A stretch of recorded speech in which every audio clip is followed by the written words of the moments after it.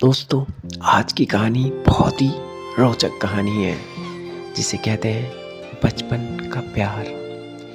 राजू को 12 साल की उम्र में ही पहला प्यार हो गया था। राजू उस समय 7th क्लास में था। उम्र कम थी लेकिन मॉडर्न ज़माने में लोग इसी उम्र की में प्यार कर बैठते हैं। राजू का यह पहला प्यार उसकी क्लास में पढ़ने वाली लड़की निशु के साथ था। निशु अमीर घराने की लड़की थी। यही उम्र कोई 11-12 साल की होगी और दिखने में बेहद खूबसूरत थी।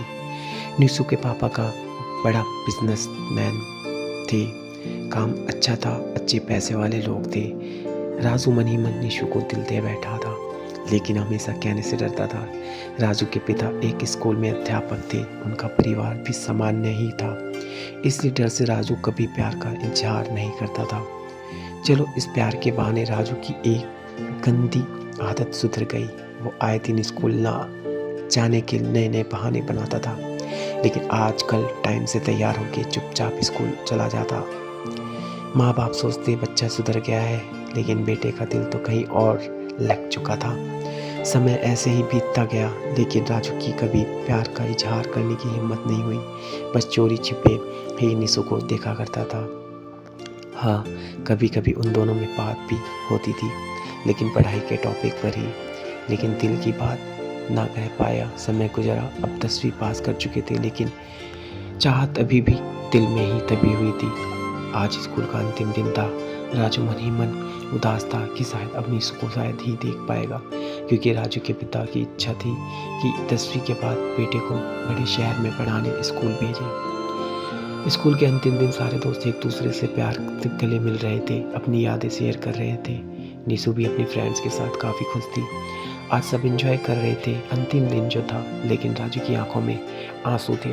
राजू चुपचाप क्लास में गया और निशु के बैग से उसका स्कूल कार्ड निकाल लिया। उस कार्ड पर नीलम की प्यारी सी फोटो थी। राजू ने सोचा कि इस फोटो को देखकर ही मैं अपने प्यार को याद किया करूँगा। बैंक से लोन लेकर पिताजी ने राजू को बाहर पढ़ने भेज दिया। निशु के पिता ने भी किसी दूसरे शहर में बड़ा मकान लिया और वहाँ शिफ्ट हो गए। राजू अब हमेशा के लिए निशु से जुदा हो चुका था।